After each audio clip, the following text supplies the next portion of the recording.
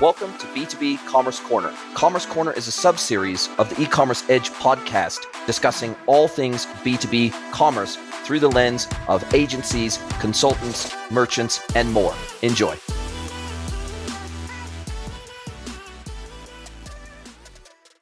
Hello, everybody, and welcome to another episode of the pod. It is my great pleasure to welcome Dan Geiger from Greenwing Technology to the podcast. Welcome, Dan. Thank you, Jason. It's a pleasure to be here and lovely meeting you. So looking forward. Awesome to meet you as well. And it's interesting because before we started recording, you said, are we going to have enough to talk about here? Because, this technology is pretty straightforward. It's pretty simple. Are we going to have enough meat to talk about? But I actually think that what we're going to talk about today is actually super relevant in the B2B commerce world, and actually in many respects is becoming more relevant in the B2B e-commerce world. And it's something that, as you mentioned, I think the term you used before we started recording was, it flies under the radar, but it's massively mission critical within many B2B buying organizations. So therefore, it should be mission critical for many B2B selling organizations. But oftentimes, they don't even know that this technology exists. They don't understand why they need this technology for a certain segment or cohort of their buyers. And they don't know how to even start to put together a business case or look at ROI or look at TCO. They just don't know where to begin with this whole thing called Punchout or eProcurement. And that's what we're here to talk about today. Yeah, exactly. And the funny thing is, it's not a new technology, Jason. It's been around Ariba. Most people who know eProcurement or know the eProcurement world have heard of Ariba, which was purchased by SAP about 14 years ago. They're actually the company that coined the term Punchout, which is it's a weird term, right? And that is one thing. To this day, we still have people asking us, what does that mean? Like, why punch? What is it? We've had people come to us or call us for the video game Punchout. Yes. It doesn't happen anymore, but there was a very popular game in the 80s by Nintendo called Mike Tyson's Punchout. And we have had people actually inquire if that's what we're selling. We've had people ask, like I had one distributor, and he was an older gentleman, great guy, but he said, we're going to a conference, and we're going to meet up with him. And he had a Punchout request, and he came with his marketing brochure. It was a big paper catalog. He said, is this what they want? And I said, oh, nope. Unfortunately, Bob, that's not what they want. But sit down and we'll discuss it. So yeah, over the years, we've had many different interesting emails and calls just inquiring about what it is. But it's actually been around since the mid to late 90s from Ariba. And I do think, going back to that Mike Tyson's Punchout, I personally think it was Generation Xers who developed the technology, the integration, and they're probably trying to think of some type of catchy term. A cool name. And they somehow landed on Punchout. Because I still am like, it's a Punchout. It's just, like, how'd they land on that? Punch, I get it. If you understand what Punchout is and how it does, but it's just a weird term to land on. So I think it was a bunch of Generation Xers that playing the video game in the 80s, Mike Tyson's Punchout, and they're like, that's what it is. We'll call it Punchout. It'll be sticky. But yeah, it's not a new technology. It's been around for quite a bit, but it's been dominated, at least in the early part, by the big distributors, the big companies, the Graingers, of the world. McMaster Cars, etc. The Fastenals. And as of late, the gorilla is Amazon. Since 2015, it's been Amazon. But now, obviously, with the acceleration of the B2B e-commerce adoption, e-procurement adoption, it's just presenting a lot of opportunities for those smaller. So yeah, long story short, it's been around for 30 years. It's always flown on the radar, but it's growing massively. Just as B2B e-commerce is growing, it follows suit. It's downstream, but it's going to follow suit. So my sell to companies and how I always approach them is look at the most successful distributors, retailers, wholesalers in your market. Whether it's MRO, whether it's electrical supply, the soda part, 100% of them have fully embraced Punchout and use it. It is a critical technology that they all embrace, and they go out and they sell it everywhere to all their buyers. So, yeah, and that's what I always tell, because you want to emulate those most successful distributors you're going to have to use this technology. So yeah, long story short, that's how we approach Punchout when we talk to our customers. And I think let's just set the groundwork here for anybody who is wondering what the heck are these two guys even bloody talking about here. Let's set the scene. This is a B2B focused commerce technology layer. And if we think about the comparison to B2C or D2C e-commerce, in B2C or D2C, there's really only one type of e-commerce that gets done. It's a self-service e-commerce website, right? You go to a Shopify site, or you go to a BigCommerce site, or a Magento site, or whatever it is, and you search for what you're looking for, or you navigate through the category structure, you find what you're looking for, you add it to your cart, you check out, and you either pay via direct credit, or you put in your credit card details, your PayPal details, and you're off to the races, and the thing gets shipped to you. In the B2B world, things get a lot more complex and a lot messier, right? There's three primary ways to execute a purchase from the buyer perspective. There's three primary ways to make a purchase with a B2B supplier. There's EDI, which is basically my buyer ERP speaks to your seller ERP, and the transaction gets transmitted electronically, and nobody is none the wiser. It's basically two computers talking to each other, and the process happens. The data gets exchanged, the invoice gets created, the PO gets transmitted, and we're off to the races. Then we have self-service e-commerce, which is I log into your supplier website, I see my pricing, I see my MOQs, I see my unique catalog, I add products to my cart, whether that be search and find and add it to my cart, or I upload maybe a CSV to populate my cart. I check out, it gets added to the invoice gets added to my statement. Maybe I have 30 to 60, 90-day terms, whatever it is, and the items get shipped. Then there's this weird third way in the B2B world. And this is now the piece that we're coming to, which is this model of eProcurement. Punchout is variously known as Punchout or eProcurement. And this is, I think of it as a form of EDI because it really still is two computers talking to each other, but it's human mediated. So we have a procurement specialist, usually someone who works in the procurement team or procurement department on the buy side, and they've got this piece of technology that sits between the buyer and the seller, right? Which is an e-procurement system, an electronic procurement system.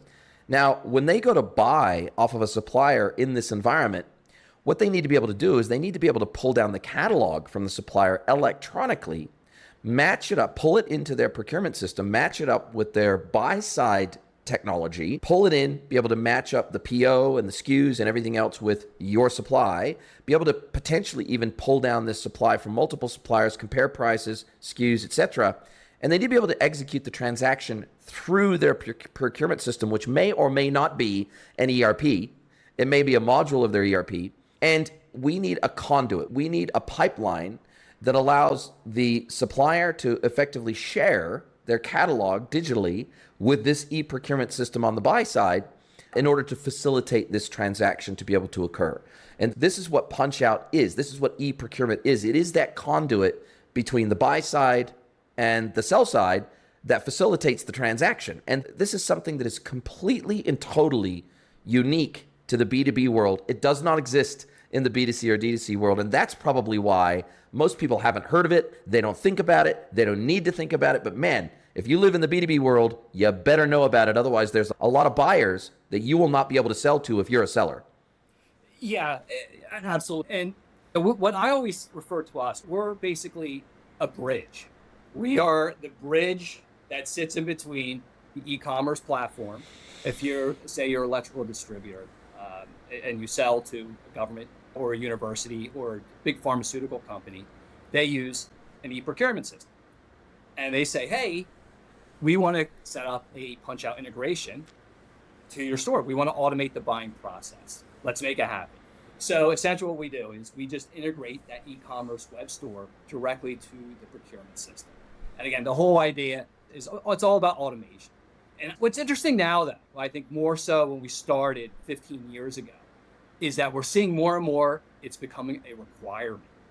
And you're seeing, and that's where we had one of our newer customers this year said to us 44, I don't know how I came to the number, but he said 44 out of the last 50 request for quote that RFPs that they filled out had Punchout as a requirement, as a checkbox.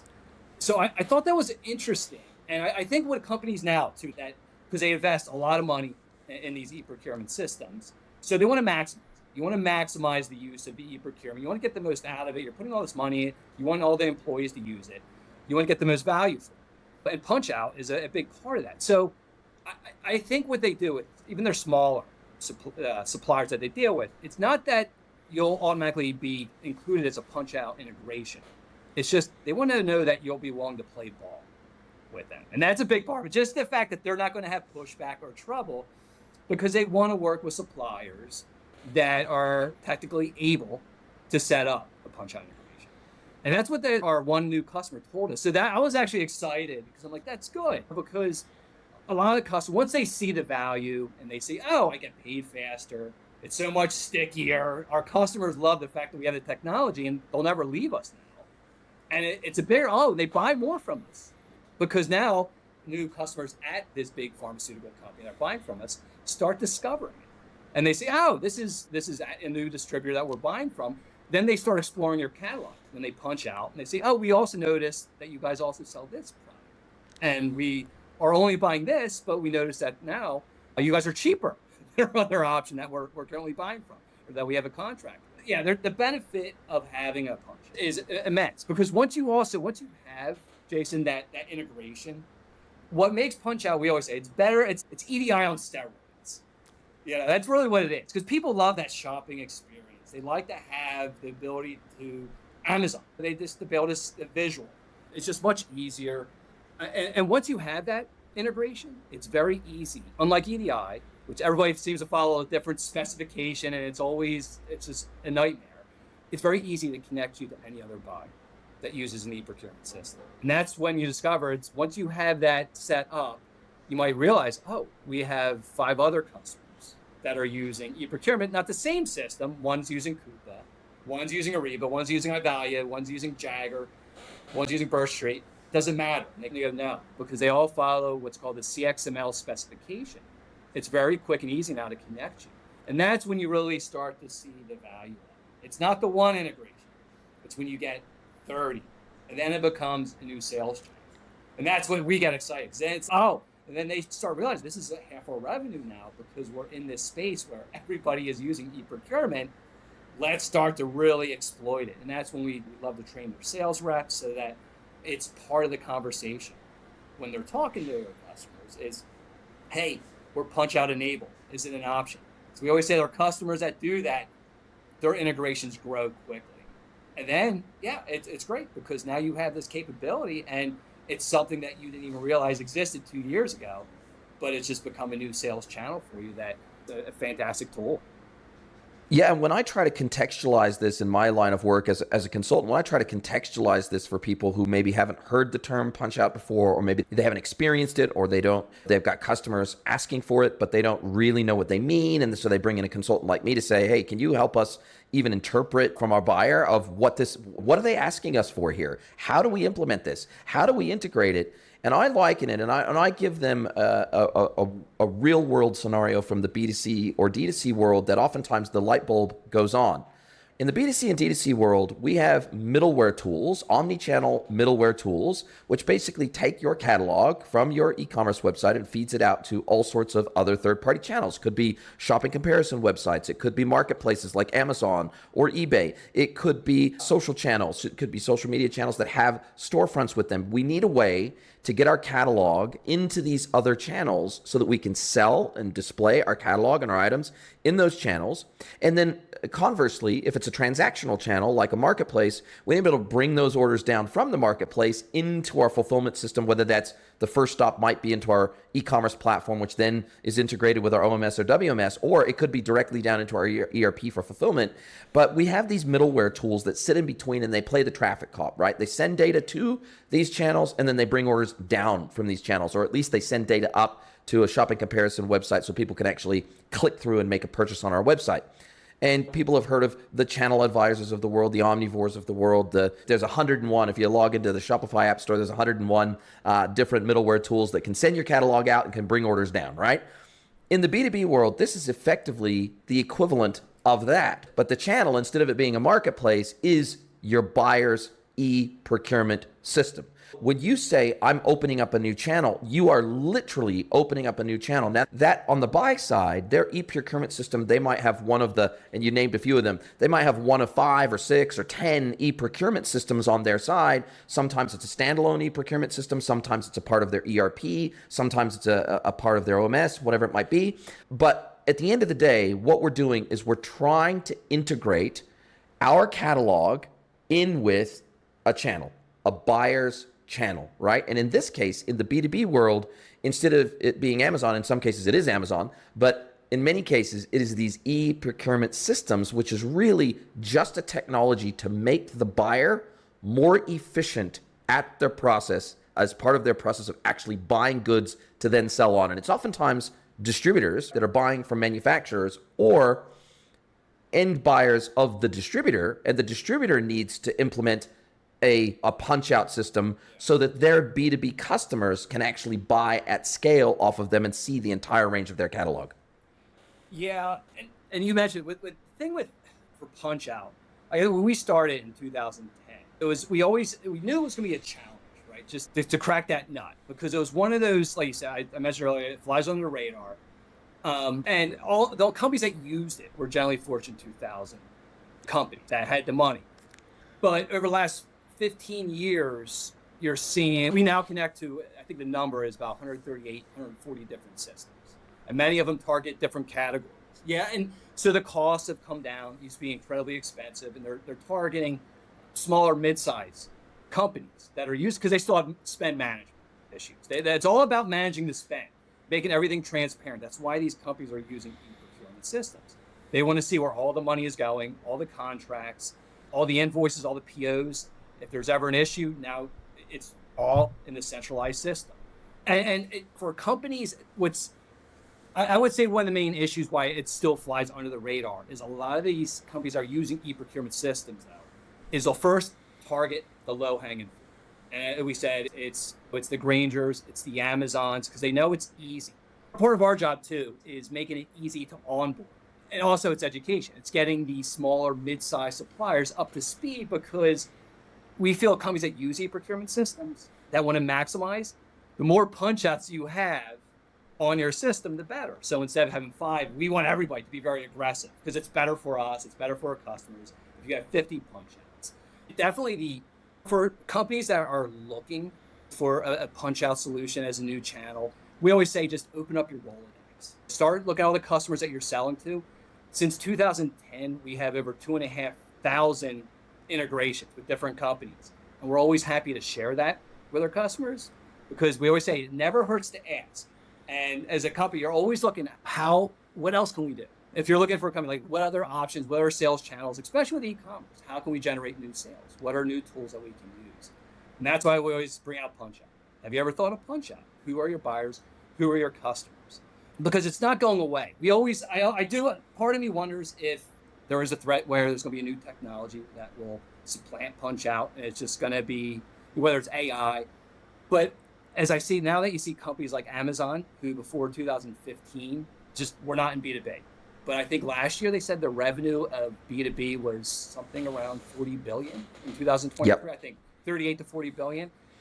And I think they forecast for this year 60 billion through B2B. And they don't disclose what percentage of that was Punchout. They don't. But there was some analysts, I know I've read a few reports, I don't know how accurate, but I believe it. They said between 17 to 20% of that, that 40 billion was Punchout.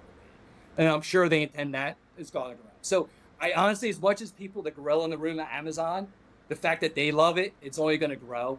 And for companies now, it's never too late to start. I always hate when people are like, is it too late? It's never too late. And we always take with our customers, it's crawl, walk, run. But you have to commit, right? And that's what we always say with companies. You can't go in, you can't half-ass it. You have to go in with champions. And you have to really commit to this system that you're going to do it. Because if you do, you're going to be successful with Punchout. And it is a great tool. And the whole idea is automation. And that's why companies want to use it. They want to eliminate human error. Yeah, they want to automate. We even have, Jason, we have a lot of customers that don't even use this for Punchout when they have e-procurement customers. They just use us for the PO and invoice automation aspect. Just no. So like almost like just an EDI layer, a new Yes. version of an EDI layer. Right. Except they're connecting to eProcurement. Their cost, it's an eProcurement, but it's EDI, but it's eProcurement automation. So they just want to automate the POs and invoices. But we have customers in the lab supply space. They have hundreds of customers that are using some flavor of eProcurement. And they spend the hours, the hundreds of hours they spend just manually processing those invoices and POs is insane. Yeah, the ability just to automate POs and invoicing just saves a ton of time and a ton of money. There's a lot of different benefits to having these integrations, but mainly you're going to have to, right? And we can get into it, but because our parents are all retired, and it happened quick. Then I feel like in 2010, we would go to seminars, we'd be at a conference. There's always a seminar about Generation Z and young millennials and how to work with them. How do they buy, right? Like they were animals, like they're a whole different species of thing that we had to learn about. And I never really took much, I was like, okay, whatever. But it did. It happened fast where all of a sudden it's dominated. Most of the buyers are now a lot of millennials. And they expect over 60% by most recent studies in the United States. Over 60% of B2B buyers are now millennials. At the end of the day, if you're not working in their systems, then you won't be able to sell to them. And I think that's the key here. And I think the other thing is that the whales, your biggest potential customers, will most likely force you to do EDI. Your mid-market buyers will oftentimes force you to do Punchout if you want to supply to them. And then your smallest customers will say, look, what's there for us? We need a self-service e-commerce platform that we can log into, we can see the catalog, we can add products to our cart, and we can check out with that. So I think if you are going to service a broad range of customers in the B2B world, you have no choice but to do EDI, Punchout, and self-service e-commerce. And that leads me naturally into my next line of questioning. We'll change gears a little bit here. What percentage of your customers are integrating your technology with an e-commerce platform versus a PIM system versus an ERP to get the catalog data out? Because there's a tremendous number of B2B, over 40% of B2B suppliers in the United States do not offer a self-service e-commerce platform at all. So there's actually there's no e-commerce platform for you to plug your middleware into. So they need to plug into a PIM system if that's where their catalog comes from, or that you need to plug into an ERP if that's where the catalog comes from. And then you send that off to the eProcurement system on the buy side. And then when you pull the order down, then you're integrating that back into an ERP system instead of integrating that into their e-commerce platform. If they don't have an e-commerce platform, you don't have anywhere to push that data. The fact that you bring that up. So when we started in 2000, go back, in 2007 was when my one partner first, approached me. We had a lunch and he goes, damn, I'm doing, he was like a freelance developer, and that's how we started. And back when we started in like 2000, not as Punchout, where programmers, developers started a company, the only e-commerce system back then, Jason, was really a system I know about, was Miva. I never worked with. A system called Miva was like probably one of the most popular e-commerce systems.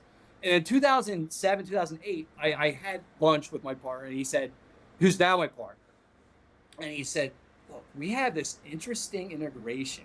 And he didn't even know. I was like, it's called Punchout. He couldn't really explain it. And he's like, I don't know if we can crack this nut. There's a lot to it. We got to figure it out. So in 2008, 2009, when we officially, 2010, sorry, we officially incorporated, the only real B2B system was a platform called Magento. There was no Shopify, there was no BigCommerce. There was also SAP, right? Hybrid. Of course, you had the big high-end enterprise class e-commerce platforms for enterprise. Oracle, but for just ATG, etc. Yes. For the general mid-market, small companies that are just developing e-commerce that want a solution that's affordable, that wouldn't cost $1 million, Magento was probably the way to go. We started, all right, this is the system we'd have to build a connector for. But we have customers now. It's going to take us a while because we weren't Magento experts. We actually built our own e-commerce platform because we're developers. And but it wasn't built for e-commerce. It was built for Punch. And that was that's how we started. We actually had our own e-commerce platform. We still do to this day, but it's built for companies. And there's so many of them that have no e-commerce. And they want to get off the ground. They have a contract with the state government. And it's either do this or you don't have the contract.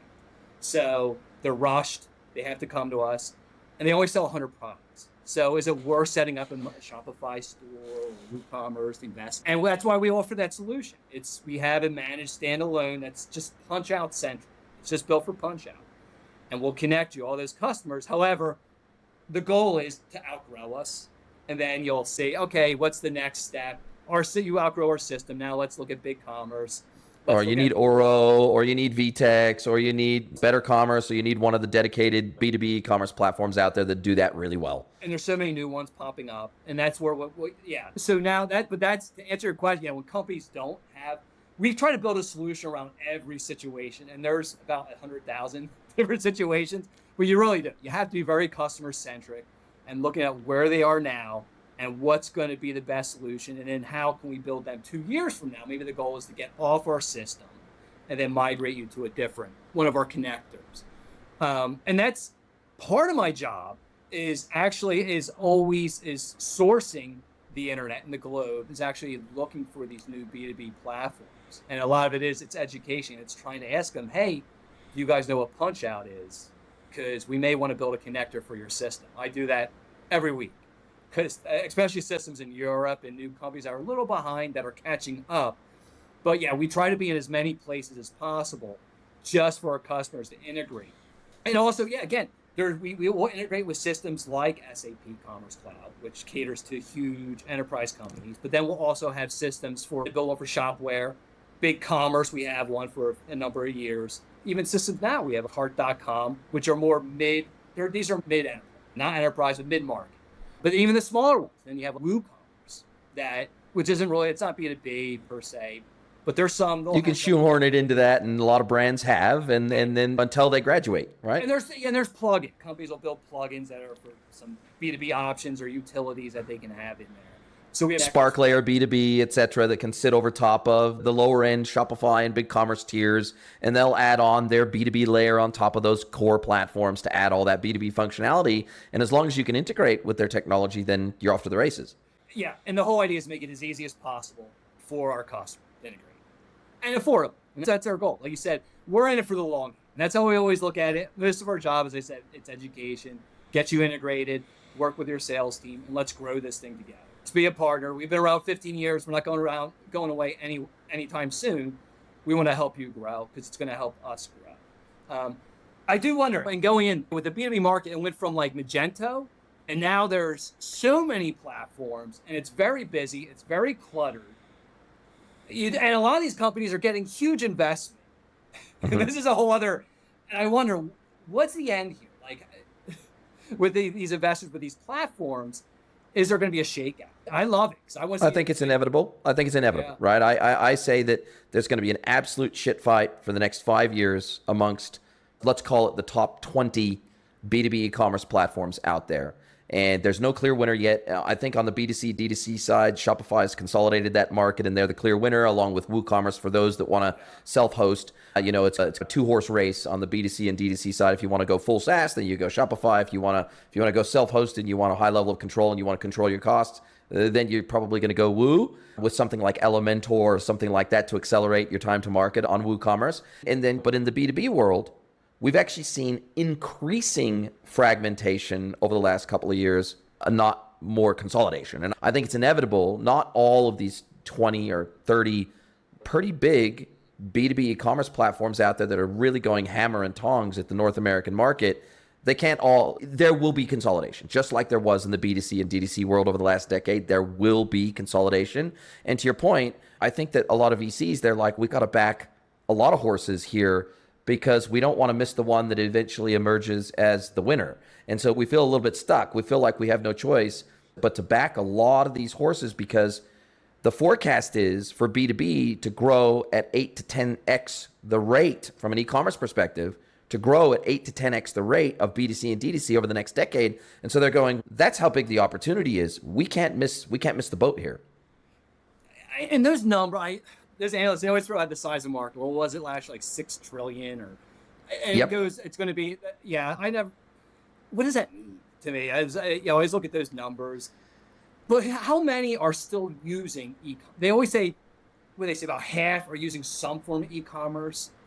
Yep. I don't, but what does that mean too? But who's really using e-commerce in the B2B? I still think the adoption, it's still slow, right? It just takes Yep. a long time. We're 10 to 15 years behind B2C. That's the reality. And that's what I'm seeing in the market. And it's always going to be, it's just because of the complexity. And Punchout is also slow. And that's why it always, I thought at this point it would, I always thought Punchout would be much more in the front of people's minds.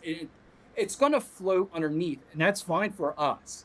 It's not going away, but yeah, I think because there's so much investment in B2B, but at some point those investors are going to come calling when they start. And then how many companies have gotten $100 million investment over the last 5 years, and there's more, and there's a lot of pressure. There's a lot of sales. I do say it with companies trying to bring them leads.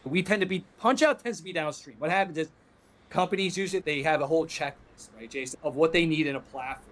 And Punchout is often number 20. It's you have the priorities. We need a PIM system, all these different tools, CRM, ERP, CRM. ERP.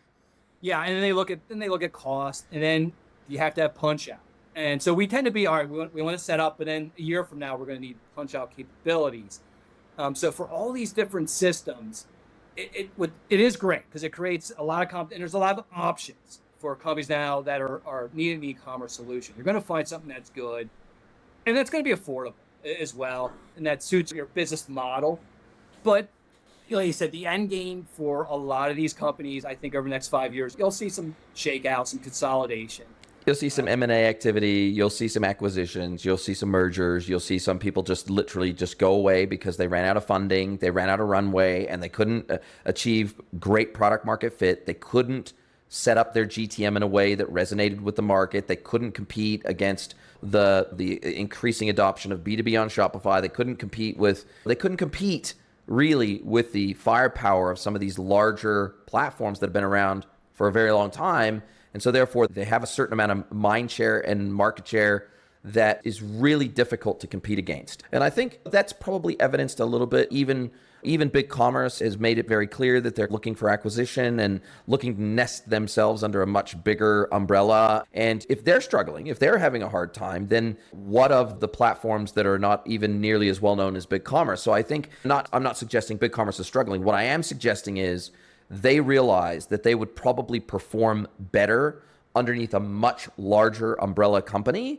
that has much larger resources and deeper pockets to be able to go to market in a much more aggressive way. And so I think you're speaking my language in the sense that there's literally no way that in 5 years' time we have 20 major B2B e-commerce platforms out there. It's just not going to be the case. Unless you can bootstrap it yourself somehow. Yes. When you have that pressure, I think BigCommerce is probably in a path that won't be as great as Coupa's. Coupa is an e-procurement system that sold about 2 years ago, 2 years ago, for billions, quite by a private equity company who then took them private, which is smart because they're getting crushed. When you're not making profit, you're getting crushed on the market. Probably similar to what will happen with something like BigCommerce. Okay. Exactly what happened with Zendesk.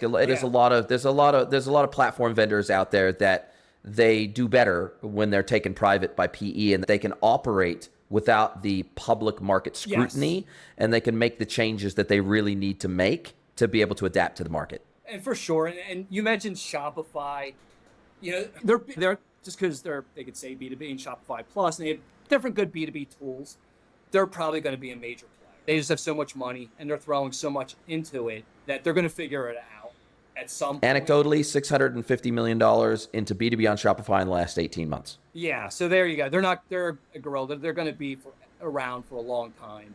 They don't like us, though. And we've tried for years. So we have a private app with Punchout. The problem with our app with Punchout is we've spent, I can't tell you how many years. We always get to the end, and it's always a hard stop no. And it's because they're transaction-based. And of course. So people understand what Punchout, how Punchout works. You come from the eProcurement system like and then our middleware connector drops you into a Shopify store. So you can shop, you can buy the products. Then when you hit check, right? That's where Shopify wants to make their money, right? 70% of their revenue comes from payments. Right. It's from that. However, we interrupt it. We take that. Of course. We take the shopping cart and we send it back to the eProcurement system. They yes. don't like that. And that's where they don't like that. We mess with the shopping cart, and that's always a big no. And I always wondered why. We actually met with one of the biggest development agencies under Shopify who really knows, even the executives, the C-suite people at Shopify. And they told us, yeah, that's the problem. And I complained because there's 2 Punchout connectors that are on their app marketplace. And they said, yeah, they got grandfathered in from a few years ago. So we missed the boat. But yeah, Shopify's not going away anytime soon. But what I would say to the companies that are looking at Punchout, most B2B platforms at this point, they're going to have some type of Punchout strategy. And it is important that you work with a development platform that does have. Most do, but we just, like you said, you want to make sure they do have that functionality, or the people that own that system, whether it's BigCommerce or Oro, that they understand it and they know the value, of it. And most do. And they do. Almost everybody but Shopify, because all these other platforms, they're not reliant on the payments layer. They're making money off of the subscriptions, the license sales, right. and so therefore they're not trying to protect 70% of their revenue, which comes through payments in the case of Shopify, and so they got nothing to protect. It's actually in their best interest to have more integrations. It's actually in their best interest to have more eProcurement endpoints that tap into their catalog system. It's actually in their best interest to have more integrations, not less. Yeah, and it makes you more valuable, right? When you sell that, it's the partner ecosystem. And a lot of them, correct. That's a partner ecosystem. So yeah, they realize having Punchout as a tool, as a main feature, that's part of our sell. You should be promoting that when you're selling to customers, because so many distributors now are using it. Small, mid-sized guys, everybody. And so you, as a platform, you definitely want to promote it.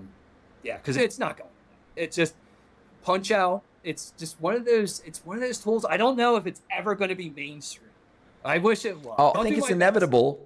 I think it's inevitable, mainly because there are so many players on the buy side who are using eProcurement technology, and in order for them to buy off of you, that's a stipulation, as you said. It's this box that you have to tick as a supplier. I think in order for it to happen, though, Jason, you need to have mass adoption of eProcurement among smaller, mid-sized companies, not billion, like maybe $100 million revenue, and there's a need. Yes. So you have hundreds, thousands of those companies, and then they have to be super aggressive about using their Punchout marketplace, and not just having 5 of the big players. And that's key for it to be more mainstream, is when they start allowing, and that's what they should do anyway. You want to sell to your local small distributors rather than some of those big guys across the country who are global. You want to help your local businesses, your local distributors. I love it. We love it when they win a contract over a big company. Funnily enough, sometimes those biggest distributors in the United States, they won't work with you unless they have sole distributorship. And so it's actually not in your best interest. It's not in your best interest as the manufacturer or as the master distributor. It's not in your best interest to work with the biggest distributors in the market, because they're not that hungry oftentimes. They're not going to promote your product. They're not going to get it into every nook and cranny in the market, and they will require exclusivity for at least a period of time, oftentimes 12 to 24 months. So the reality is, to your point, I'd rather work with 5 regional distributors than one, say, national distributor that's going to require exclusivity, because they will be able to get into far more nooks and crannies. They'll be able to get into far more doorways, right? But to your point, I think the challenge prior to technology like yours and others that play in the same space, I think the challenge has been those 5 distributors that we're looking to talk to, they all use different e-procurement systems. And so if we have to build out a custom integration to each one of those versus one distributor, that's been the barrier historically for manufacturers and master distributors. That's been the barrier to adopting these smaller, more regionalized, localized distributors, is they all use different technology. And so it's been incredibly expensive and incredibly time consuming to supply those 5 distributors versus the one major. Whereas with technology like yours, it puts them on a much more level playing field versus their bigger competitors. Yeah, and I would say that's one advantage we have over a lot of our customers. And it's something that one of my partners was really good at. And it's something that I struggle with these days. It's all the minutia of the day-to-day. It's documentation, it's procedures, it's taking notes. Every integration, we have a wiki of every eProcurement system. And every time we do an integration, we document every part of that integration. The notes, the playbook, the integration playbook. All the nuances of this specific system that we should be aware of. So when our customer success managers are go in and pick that up and run with it. they pull it up, and after 5 years of just really focus on documentation, and just it's amazing how this database has grown, and it's become an advantage of all these different, because people can just put up anything. We integrate with 150 different systems. Do you really know much about all of these different e-procurement platforms? And that's something, and that's also for every company. That's, if I would give advice for any company, documentation is really key. And it's everything. It's great to have an API layer, for example, but if it's not well documented, then how good actually is it? And you really see the value down the road. It's not, of course, you don't see it right up front because it's not much to it, but you start to see it 5 years when you have all these new employees. They really don't know much. You're trying to train them. It's much easier. Now they have all this info. Once you have the data, then you can put an AI layer over that. And there's lots of AI technology vendors now that can basically index your entire catalog of information. And then basically you can make a query like you would Google, but it's querying your own internal information. And it can spit back the answer for you in a human understandable way. And there's Gorgeous, there's Zendesk, there's basically all these help desk companies that also manage knowledge bases and wikis. They can tap into your internal knowledge base and basically make a queryable interface that is human language, both these large LLMs. And so to your point, if you don't have the base data, then there's nothing to query. And this is the key. Yeah. And that's a whole, and it's for a lot of for us, it's, my partner's been so good at it. And he realized at some point, I don't want to work 80-hour weeks. Yeah. And I got to get this out of my head and into an electronic format that's scalable. And I want to be able to take a vacation without coming back and the whole house is on fire. So that's been, for us though, is the documentation. And you mentioned earlier, a level playing field. That's really what we always say to our customers, is that you want to, having Punchout, it starts to balance and being easy. A lot of times these companies are using e-procurement systems. They go to those big companies because they know it's going to be easy because they have a staff and they've done it before.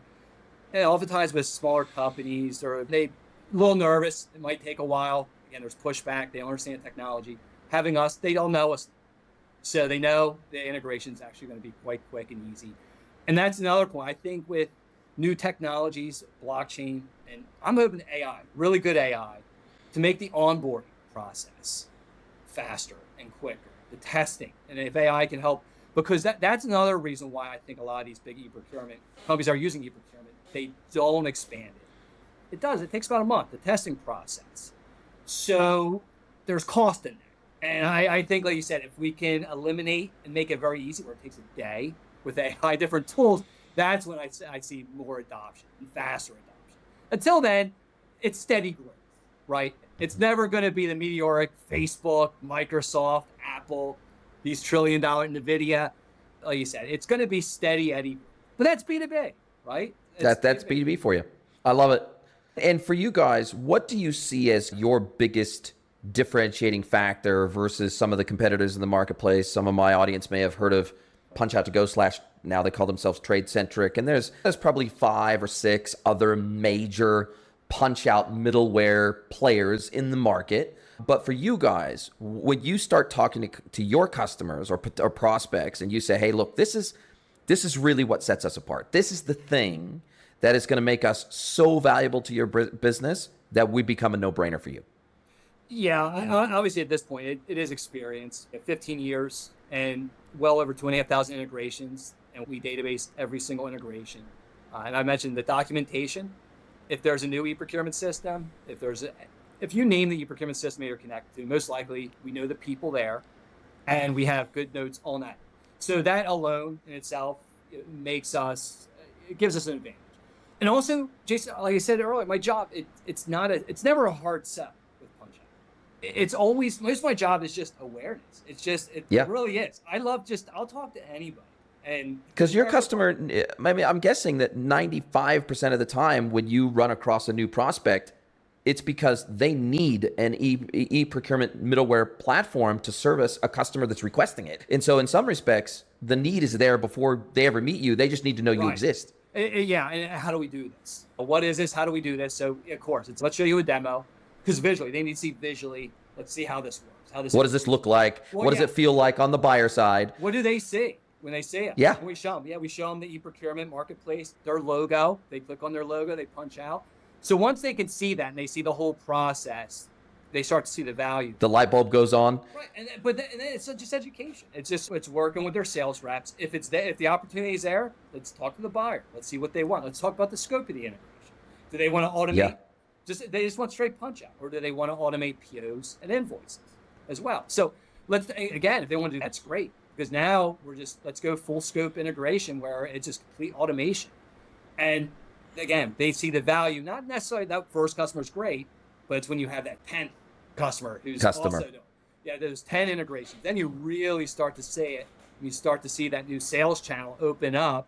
Then your sales reps really start to embrace it. And then we work with the sales reps. We train them. We supply them with PowerPoint files that they can use to sell to their buyers. And they can literally go and sit next to the eProcurement person inside the buy-side business, and they can say, hey, look, let me show you how it connects. Let me show you how to actually pull down the catalog. Let me show you how to actually complete the transaction. Let me hold your hand, basically. Yeah, and again, it's understanding who your customer is. We know with distributors and manufacturers, they're 100 years old.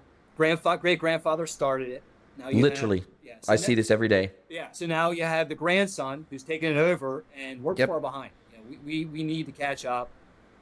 And he's on board. He's like, whatever we got to do. But he's the champion, and that's what's great. You need to have the young champion, so they get it, and they know their buyers are young.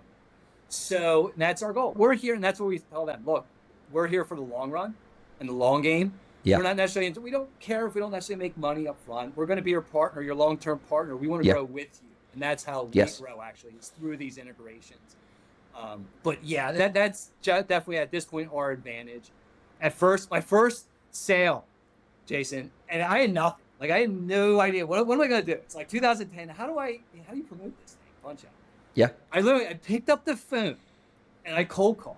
And it was a company called USA Scientific. and they're great. They're one of our best customers. And I just picked up the phone and go, do you know what Punchout is? And they're like, it's better than that. I go, who are your customers and buyers? Our whole, I had a different angle. I had a whole sales spiel, but it was. And I picked up the phone and go, we're actually looking into this right now.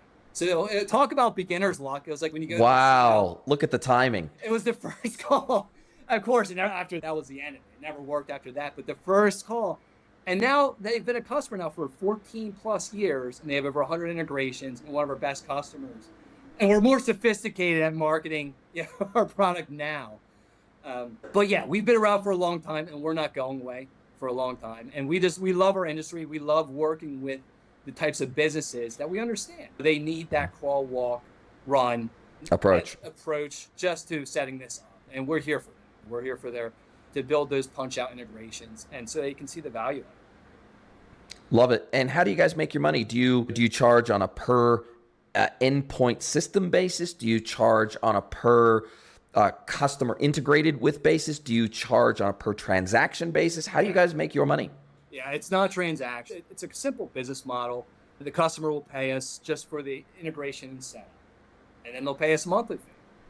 So it's like a SaaS fee. We're software as a service. And then they'll pay much smaller, and then they have a second buyer request, and they'll pay us a one-time fee for that integration as well. Yep. So implementation plus subscription. But it's much lower because now you already Punchout wired, so it's easy to integrate. And then same with the monthly, it drops tremendously. So it's easy for them to understand and to get. And typically with some of these contracts that they have, which will oftentimes be $1 million plus contract. Yes. We're a very small drop in the bucket. It's a very easy. Yeah. So you're not tapping into that bloodline of the percentage of revenue, or you're not, which a lot of B2B brands, because the margins are so razor thin in the B2B world, they don't like that. They don't like that model where you're tapping into every dollar that they sell. We do have customers, though. I'll be honest with you. We have customers that are they're so tight. They're so tight. They won't punch out on Ariba. Because Ariba will do those transactions. We'll take a percentage. And they can't do it. They can't make it work. So yeah, there are, and that's part of our documentation notes. There are, like Unimarket is another one. They service, universities. They'll do a similar transaction model. So we look out for our customers in that sense too, where they can make money. But yeah, it does apply to B2B too as well, unfortunately. Love it. Listen, what is on your radar in terms of development, in terms of new endpoints? Like what for the next 12, 18 months, what's on your radar in terms of product development, and what are your customers asking for that you don't yet do? For me, it's very dial-up in this stage. It's AI, right? It's artificial intelligence. It's so AI, or it's so rudimentary. It's thrown around everywhere. AI. What does that mean? You know, it's that generative now. It's giving you advice or suggestions. But when you really get AI, where you can give it a recipe, whether you're a developer, a software, you give it a recipe. We can't get this to work. And you have a tool where you give it a recipe and it can actually build. You can actually build the software, right? Yes. Better than and quicker. That's a whole other thing, is how AI is going to take our Punchout in eProcurement to the next level. Us personally, we're trying to get Punchout everywhere. And that's the goal. Is again, it's awareness. So it's the platforms, Jason. I talk to like we have partners where Spriker's only Punchout partner now. And Porix, a lot of these Swedish, a lot of these ones, we're building a Punchout connector for commerce tools. We're hopeful. We're a new partner, and we're looking to build the integration, and we're hoping that. Look, I happen to know a guy who can make a lot of introductions for you. Yeah, it is, and they're great. We're just hoping these systems are very complex. Don't want to put the cart before the horse, but that's our goal. Again, is having Punchout everywhere, and is to have Punchout for virtually every B2B platform, or every platform that calls themselves B2B, is to have a Greenwing connector. Wow, absolutely. Love it. Now, as we come down to the end of our time together, an hour has absolutely flown by. I know you were concerned. Could we even fill up an hour? And look, we're at the end of an hour already. Now is where I get to hand the microphone over to you. I get to let you ask me one question. Any question you like, can be personal or professional. I would love to hand the microphone over to you, Mr. Dan Geiger of Greenwing Technology. What is your question for me today? What is your favorite B2B e-commerce platform that you, I won't say favorite because they're all great. Which platform do you see being the biggest player in the U.S. in 5 years? There's a lot, like even Spriker, they're all coming to the U.S. They know the market, the U.S. market. They're coming for the U.S. market. Where do you see in 5 years? Yeah, because we talked about that. What do you see, how do you think it's going to look? There's a lot there. The B2B e-commerce and eProcurement. What do you see happen? Look, I still think this is going to sound like a cop-out, but it's genuinely what I believe.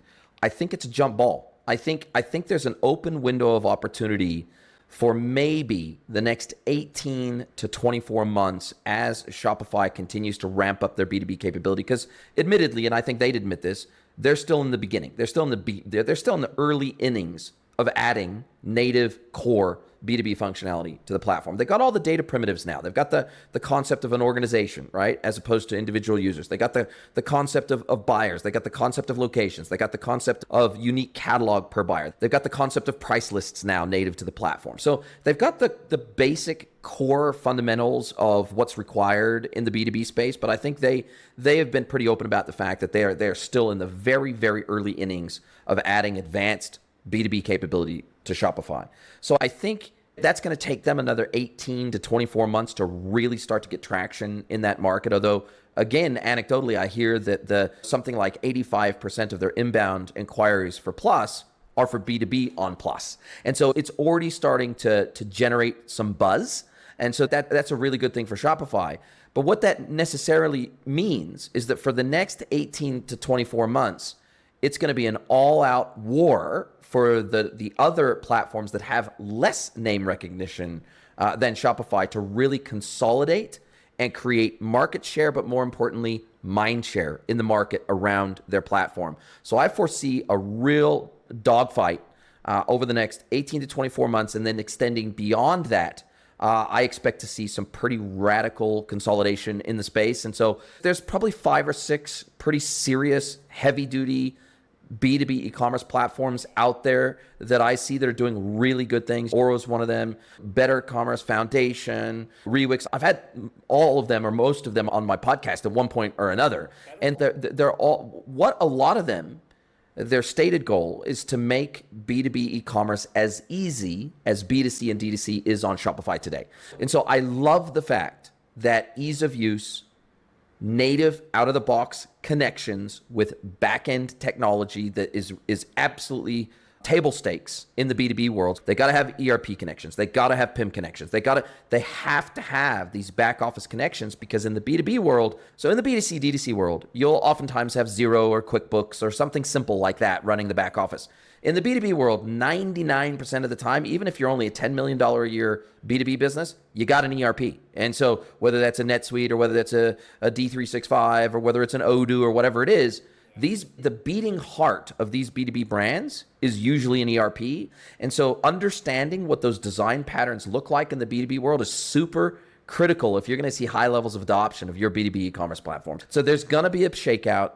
I think that the winners are going to start emerging within the next 18 to 24 months. And I think the emergence of a strong Shopify B2B play, I think that is going to be great for the market, because it is going to force focus and it is going to force niching down by these other B2B players. And I think that is only going to be a good thing for their customers. So I know it's a cop-out answer. I can't tell you who's going to emerge as a winner, but it's going to be an absolute dogfight.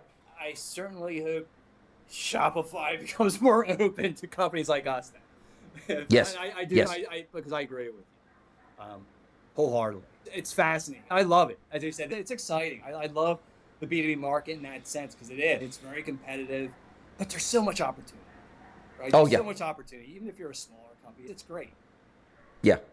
Absolutely love it. Dan, this has been a fabulous conversation. It's been a true joy speaking with you. The passion that you have for the B2B space is absolutely palpable.